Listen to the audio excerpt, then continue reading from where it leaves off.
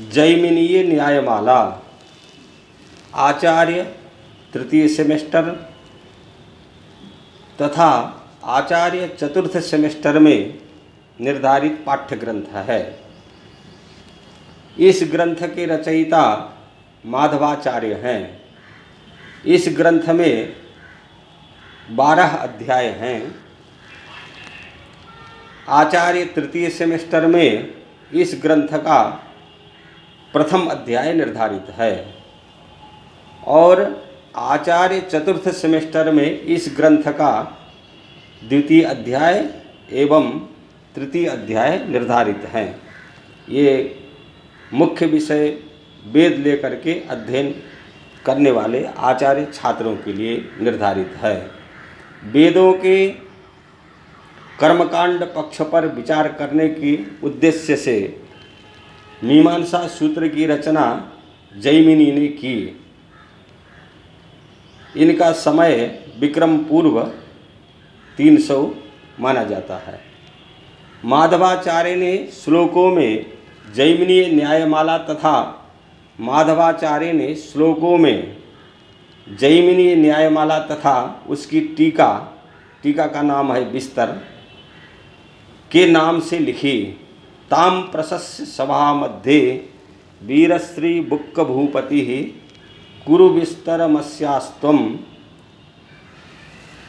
इति माधवमादिशत। माधवाचार्य ने विस्तर नाम से व्याख्या लिखी, जिससे इस ग्रंथ का नाम जैमिनीय न्यायमाला का नाम जैमिनीय न्यायमाला विस्तर हो गया है। इसका नाम लक्षणानि अध्यायाः द्वादशानां लक्षणानां समाहारो द्वादश लक्षणी तादृशस्य द्वादश लक्षणोपेतस्य शास्त्रस्य धर्मो विषयः प्रमाणादयः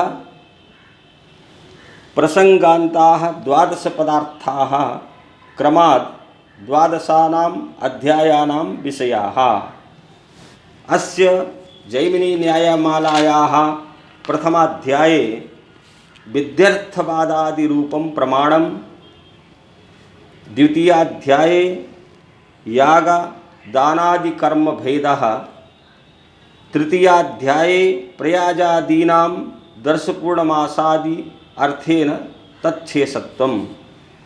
अस्य ग्रन्थस्य चतुर्थाध्याये प्रयुक्तिविचारः, पंचमाध्याये अनुष्ठानक्रमः, षष्ठाध्याये अधिकारः, सप्तमाध्याये अतिदेशः, अष्टमाध्याये विशेषातिदेशः, नवमाध्याये ऊहः, दशमाध्याये बाधः, एकादशाध्याये तंत्रम, द्वादशाध्याये च प्रसंगः इत्येते विषयाः अस्यां जैमिनीय न्यायमालायां विवेचिताः। जैमिनी प्रोक्तानि धर्मनिर्णायकानि अधिकरणानि न्यायाः यथा विरोधाधिकरणम् औदुम्बरी वेष्टनीया सर्वेत्तेषा स्मृतिर्मितिः अमितिर्वेति संदेहे मितिः स्यात् अष्टकादिवत् औदुम्बरीं स्पृशन् गायेत् इति प्रत्यक्षवेदतः विरोधान् मूलवेदस्य अननुमानान् न मानता। जैमिनीय न्यायमाला प्रथमोध्यायः। इसमें बताया गया है ज्योतिषोम में सदो मंडप के मध्य में कोई गूलर की शाखा गाड़ी जाती है और उसके वेष्टन का स्मरण भी उदुम्बर की उस पूरी शाखा का वस्त्र से आच्छादन करना चाहिए। इस प्रकार की स्मृति भी प्रमाण मानी जाएगी, क्योंकि अष्टकादि स्मृतियों में जैसे मूलभूत वेद का अनुमान होता है, वैसे ही यहाँ भी वेद का अनुमान हो जाएगा। ऐसा पूर्व पक्ष प्राप्त होने पर सिद्धांत पक्ष में कहा गया है। औदुम्बरी का स्पर्श करके गान करना चाहिए। इस प्रकार के प्रत्यक्ष वेद वचन के स्पर्श का विधान है। यदि औदुंबरी को पूर्ण रूप से वस्त्र के द्वारा आच्छादित कर दिया जाएगा औदुंबरी को, तो स्पर्श संभव नहीं है। अतः मूल वेद का अनुमान बाधित हो जाएगा। अतः मूल वेद का अनुमान बाधित न हो, इसलिए वंचक के वाक्य के समान निर्मूल यह स्मृति प्रमाण नहीं होगी। स्मृति प्रमाण इसमें नहीं होगी। अब दूसरा बता रहे हैं, कर्ण मंत्र प्रकाश्य फलस्य याजमानताधिकरणम। यहाँ विचार किया गया है, ममाग्न इति कस्यात्र फलम लिंगेन वक्तृगम श्रुत्या स्वामिनी न क्रीते लिंगम तत्रोपचर्यताम। जैमिनी न्यायमाला 3 अध्यायः। इसमें बताया जा रहा है, ममाग्नि इस मंत्र से जो फल, ममाग्नि मंत्र से जो फल प्रतीत हो रहा है वह किसके लिए है, किसके लिए होगा, ये विचारणीय है। ममाग्नि वर्चः विहवेश्वस्तु। आहवनीय अग्नि के अन्वाधान में इस कर्ण मंत्र को अध्वर्यु पढ़ता है। विशिष्टम हवनम येषां यज्ञानां ते विहवाः तेषु वर्चः तेजसोपलक्षितं यत् फलं तन् ममास्तु। यह अर्थ है। इस मंत्र में विद्यमान अर्थ प्रकाशन रूप लिंग से मंत्र के उच्चारणकर्ता, जो मंत्र का उच्चारण करते हैं अध्वर्यु, उच्चारणकर्ता अध्वर्यु को ही फल मिलना चाहिए। यह पक्ष अनुचित है। क्यों अनुचित है? क्योंकि दर्श पूर्णमासाभ्याम स्वर्ग कामो यजेत। यहाँ पर आत्मनेपद रूप श्रुति से, इसमें आत्मनेपद का प्रयोग है, आत्मनेपद रूप श्रुति से अंगों के सहित प्रधान दर्श पूर्णमास याग का फल जो है वो यजमान गामी होगा, यजमान के लिए फल होगा, प्रतीत हो रहा है इसमें। और परिकृत अध्वर्यु में, क्योंकि अध्वर्युक्त नियुक्त है यज्ञ में, दक्षिणा से अतिरिक्त फल का संबंध मानना उचित नहीं है, यह निर्णय किया गया। इसलिए श्रुति और न्याय से विरुद्ध यह अध्वर्यु का लिंग यजमान में घटा लेना चाहिए। मेरे यजमान को यह तेज रूप फल प्राप्त हो, यह उपचार या लाक्षणिक व्यवहार होगा। इस प्रकार जैसे यजमान के लिए, यजमान के द्वारा पठनीय आयुर्दा अग्नि स्यायुर्मे देहि इत्यादि जो मंत्र हैं, क्रियमाण के अनुवाद अपने लिए फल कामना रूप मंत्रों में श्रुत फल यजमान के लिए है, वैसे ही अध्वर्यु के द्वारा पठनीय मंत्रों में श्रुत फल भी यजमान के लिए ही होगा। अब बता रहे जैमिनी न्यायमाला 1 अध्याय 1 पाद 5 अधिकरण में कहा गया है कि प्रभिन्न कमलोदरे मधुनी मधुनी मधुकरः पिबती। यहाँ पर मधुकर पद का अर्थ न जानने वाला पुरुष, मधुकर पद का अर्थ न जानने वाला पुरुष अन्य पदार्थ को समझकर उसी के द्वारा, उसी के साथ उच्चरित होने से कमल के बीच में जाकर मधु का पान करने वाले भ्रमर को जब देख लेता है, तब मधुकर शब्द की संगति को ग्रहण करके वाक्यार्थ का ज्ञान भी प्राप्त कर लेता है। वैसे ही कारिरीर्या, कारिरी यज्ञ है, कारिरिया वृष्टिकामो येत। यहाँ पर लोक में प्रसिद्ध अर्थ वाले वृष्टि आदि पद के साथ उच्चारित होने के कारण अलौकिक भावना रूप अर्थ में विधि की संगति का ग्रहण करके विधि वाक्य के अर्थ को भी जान लेता है। ये विधि वाक्य के संबंध में है, विधि का बोधकत्व है। अब माधवाचार्य कृत सर्वदर्शन संग्रह जैमिनी दर्शन में स्वतः प्रामाण्य विवेचन में बहुत विस्तार से विवेचन किया गया है। उसमें कहा गया है विवेचन में, विज्ञान सामग्री जन्यत्वे सति तदतिरिक्त ह्यत्तजन्यत्वं प्रमायाः स्वतस्त्वमिति निरुक्ति संभवात्। जो ज्ञान के सामान्य कारणों इंद्रिय प्रकाश आदि से उत्पन्न होने के साथ साथ उनके अतिरिक्त, जो उनके अतिरिक्त है किसी भी दूसरे कारण से उत्पन्न हो, वही स्वतः प्रामाण्य है। इस प्रकार इसकी निरुक्ति दी जा सकती है। उदयनाचार्य ने न्याय कुसुमांजलि में मनुष्यों में शीघ्र तथा प्रचुर रूप से उत्पन्न होने वाली प्रवृत्ति क्रिया को प्रामाण्य निश्चय के अधीन न रहने का प्रतिपादन करते समय कहा है, प्रवृत्ति इच्छा की अपेक्षा रखती है। यदि प्रचुर रूप में प्रवृत्ति हुई तो समझे कि वहाँ इच्छा की प्रचुर रूप में है। इच्छा उस ज्ञान की अपेक्षा रखती है, इच्छा जो है उस ज्ञान की अपेक्षा रखती है जिससे कि ज्ञप्त वस्तुओं का बोध इच्छा पूर्ति के साधन के रूप में होता है।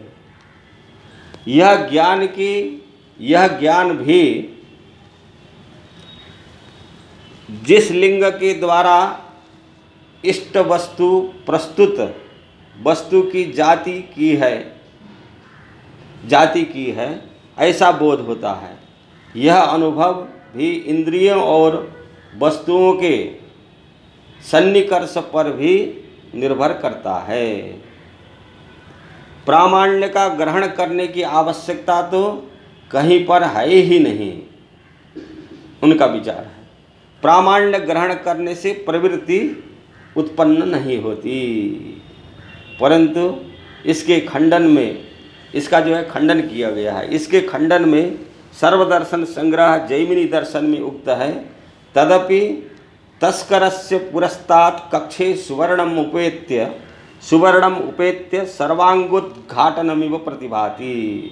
अर्थात जैसे कोई चोर सामने ही अपनी काख में जैसे ऐसी इसमें छिपा दे, सोना चुराए और पूछने पर समूचा शरीर झाड़ करके दिखला दे, ऐसे ऐसे करके दिखला देगा, हमने नहीं लिया है, दिखला दे। उसी तरह आपकी ये बातें भी हैं, क्योंकि इष्ट वस्तु का इच्छा पूर्ति के साधन के रूप में बोध कराने वाला ज्ञान प्रमाण रूप में अवगत होता है, वही इच्छा को उत्पन्न करता है। यहीं पर तो प्रामाण्य ग्रहण की आवश्यकता स्पष्ट हो जाती है।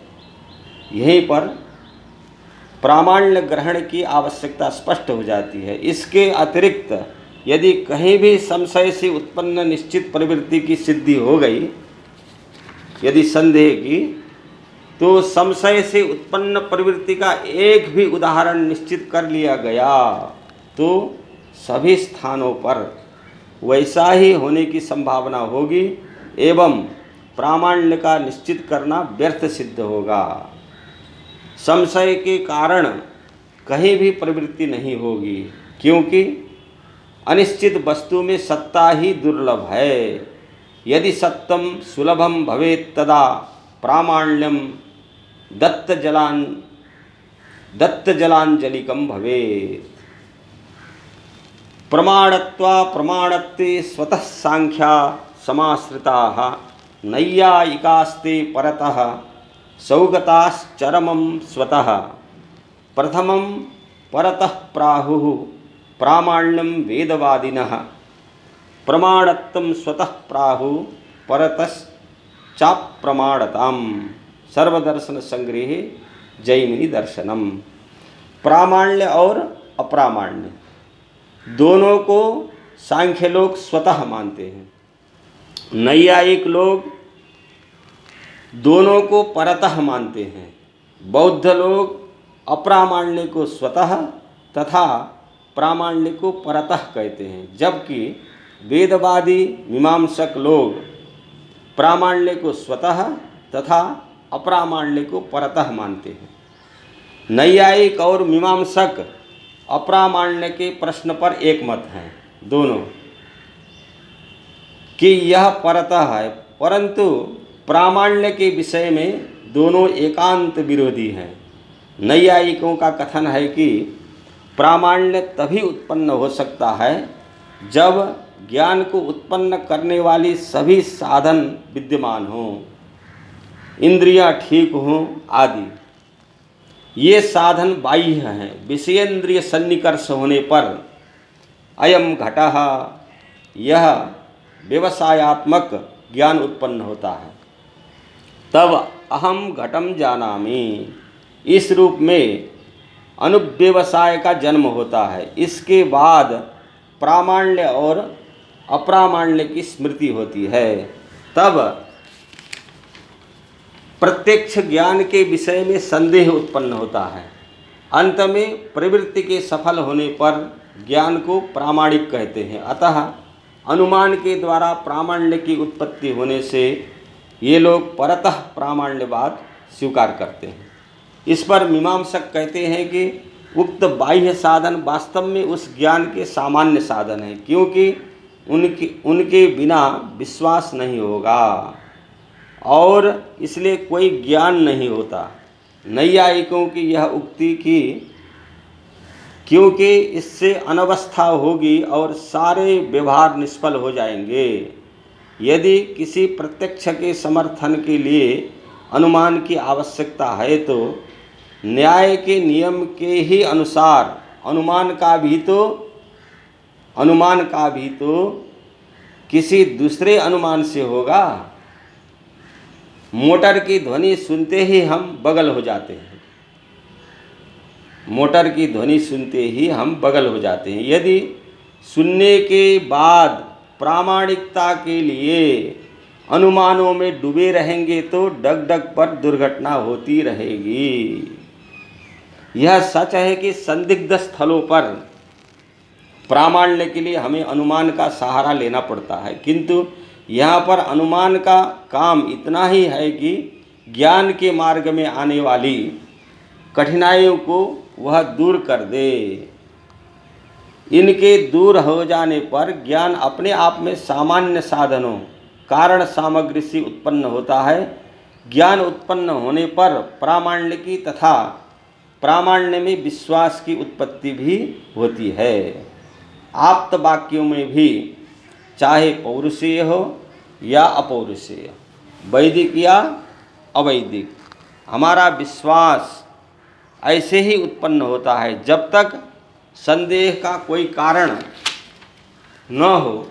जब तक कोई संदेह का कारण न हो, किसी सार्थक वाक्य को सुन करके हम उसमें तुरंत विश्वास कर लेते हैं। इसलिए असंदिग्ध वेद भी स्वतः प्रमाण है। इसलिए असंदिग्ध वेद भी स्वतः प्रमाण है। यह अपौरुषेय है, इसकी प्रामाणिकता स्वयं सिद्ध है, अनुमान से नहीं। संदेह और अविश्वास दूर करने के लिए तर्कों की आवश्यकता तो पड़ती है।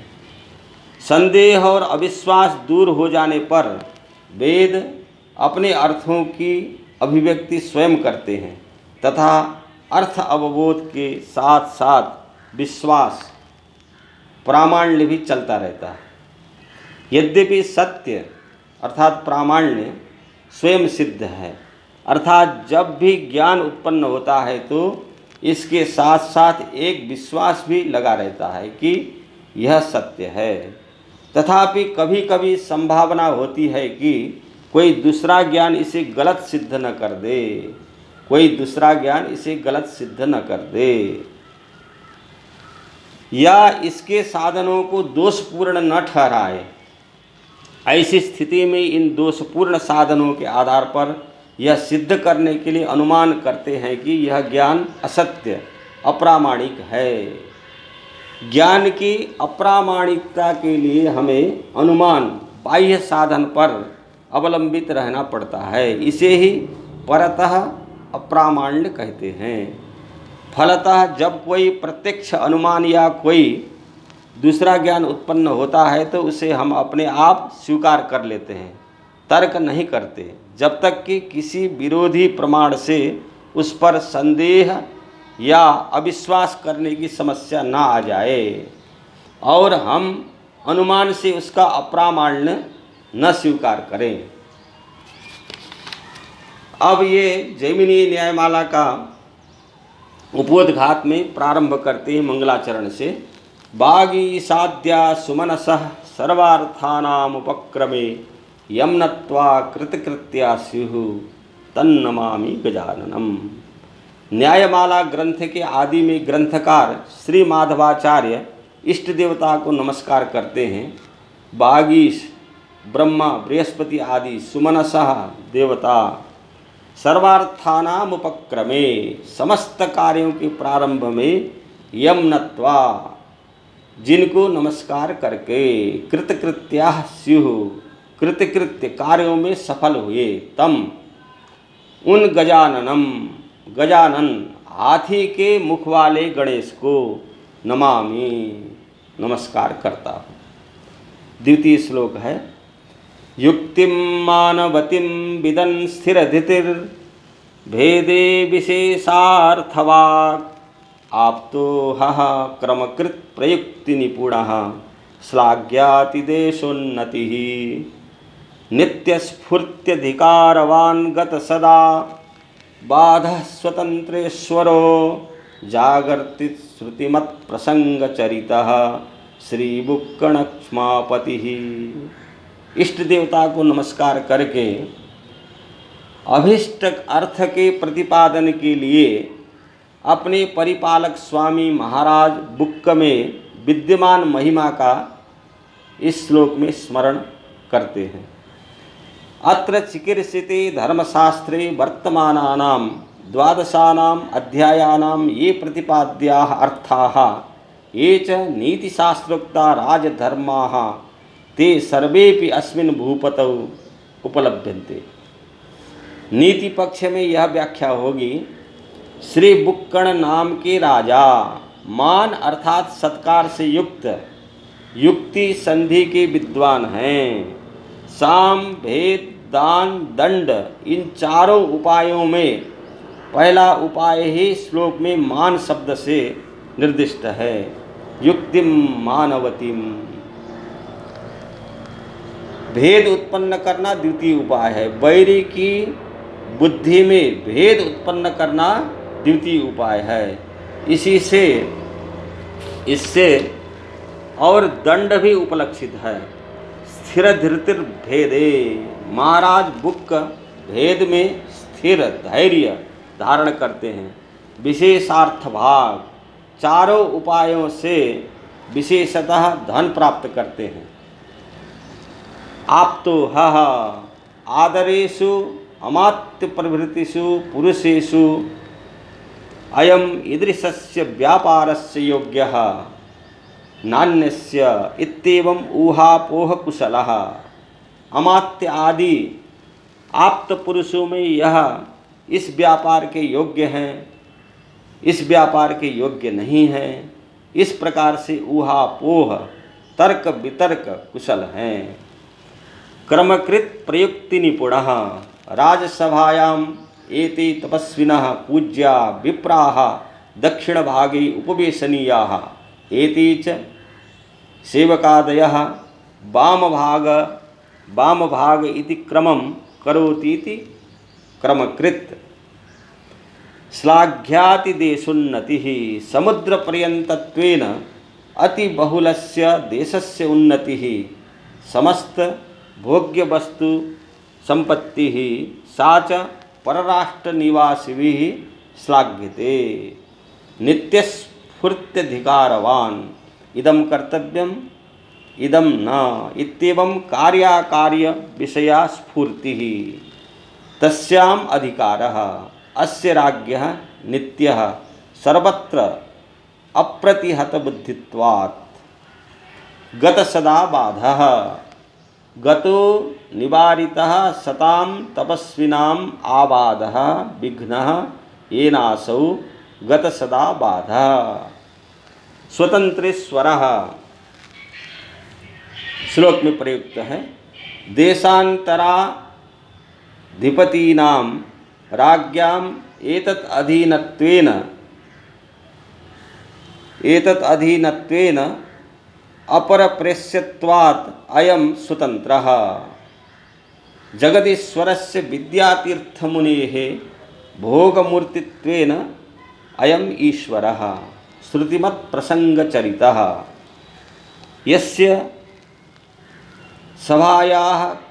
सभायां गोष्ठीरूपः प्रसङ्गः वेदार्थविषयत्वेन श्रुतिमान् यदीयं चरितमपि निरन्तरं वेदोक्तरहस्यार्थ अनुष्ठानरूपत्वेन श्रुतिमद्भवति। स्वयं श्रुतिमत्प्रसङ्गचरितः। श्रीबुक्कणक्ष्मापतिः एवं विधः बुक्कभूपतिः अंतः परमेश्वर ध्याने बहिः प्रजापालने च नित्यं जागर्ति। यथा नीतिशास्त्रोक्तेषु सामवेदादिषु अयं कुशलः तथा सर्वज्ञावतारत्वात् धर्मशास्त्रोक्तेषु अध्यायार्थेषु कुशलः। तृतीयः श्लोकः उपद्घातस्य अस्याः जैमिनीय न्यायमालायाः यद् ब्रह्म प्रतिपाद्यते प्रगुणयत्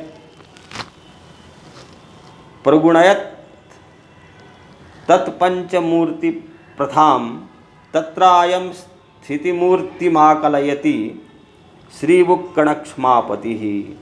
विद्यातीर्थमुनिस्तदात्मनि लसन् मूर्तिस्त्वनिग्राहिका तेनास्य स्वगुणैरखण्डितपदं सार्वज्ञमुद्युतते। राजा की सर्वज्ञता को युक्ति के साथ करते हैं। यद ब्रह्म प्रतिपाद्यते, सभी उपनिषदों में जिस पर ब्रह्म का प्रतिपादन होता है वही परब्रह्म शैवागमों में सृष्टि, स्थिति, संहार, निरोध और अनुग्रह रूप 5 कार्यों को करने के लिए प्रगुणयत तत्पंचमूर्ति प्रथाम ईशान, तत्पुरुष, अघोर, वामदेव, सद्योजात लक्षणानां पंचानां मूर्तीनां प्रथाम प्रसिद्धिं विस्तारं वा प्रगुणयति प्रकटीकरोतीति प्रतिपाद्यते। तत्र तासु मूर्तिषु अयं भूपालः स्थितिमूर्तिं धत्ते। स्थितिमूर्तिम् आकलयति श्रीबुक्कणक्ष्मापतिः। विद्यातीर्थमुनिस्तदात्मनि तस्याः मूर्तेः आत्मनि लसन् विद्यातीर्थमुनिः कृष्णस्य जगतः अनुग्राहिका मूर्तिः इत्युच्यते। तेनास्य स्वगणैरखण्डितपदं सार्वज्ञमुद्युतते। यस्मात् अयं भूपः वेदान्तोक्तं परं ब्रह्म, यस्माच्च आगमोक्ता महेश्वरस्य स्थितिमूर्तिः, यस्माच्च श्रीविद्यातीर्थमुनिः तदात्मनि सन्निधाय प्रकाशते। तस्मात् सर्वज्ञत्वम् अस्य राज्ञः उत्कर्षेण आविद्वत् अंगना गोपालम् अविवादेन प्रतिभासते। अस्याः न्यायमालायाः चतुर्थः श्लोकः उपद्घातस्य इन्द्रस्याङ्गिरसो नलस्य सुमतिः शैव्यस्य मेधातिथिर्धौम्यो धर्मसुतस्य वैन्यनिर्पतेः शौजा निमिर्गौतमेः प्रत्यग्दृष्टिररुन्धति सहचरो रामस्य पुण्यात्मनो यद्वत्तस्य विभुरभूत्कुलगुरुर्मन्त्री तथा माधवः। उक्तगुणोपेतस्य राज्ञः मन्त्रिणं नानापुराणप्रसिद्धदृष्टान्तैः हितकारितया प्रशंसति। इंद्रस्यांगिरसः इत्यादि से जिस तरह इंद्र के बृहस्पति, नल के सुमति, शैव्य के मेधातिथि, धर्मपुत्र के धौम्य, महाराजा पृथु के सौजा, नीमि के गौतमी, गौतम के पुत्र, पुण्यात्मा राम के मंत्री और गुरु सर्वांतर्यामी चैतन्य में दृष्टि रखने वाले अरुंधति के पति वशिष्ठ थे, वैसे ही इस महाराजा बुक्क के कुलगुरु मंत्री माधवाचार्य हुए।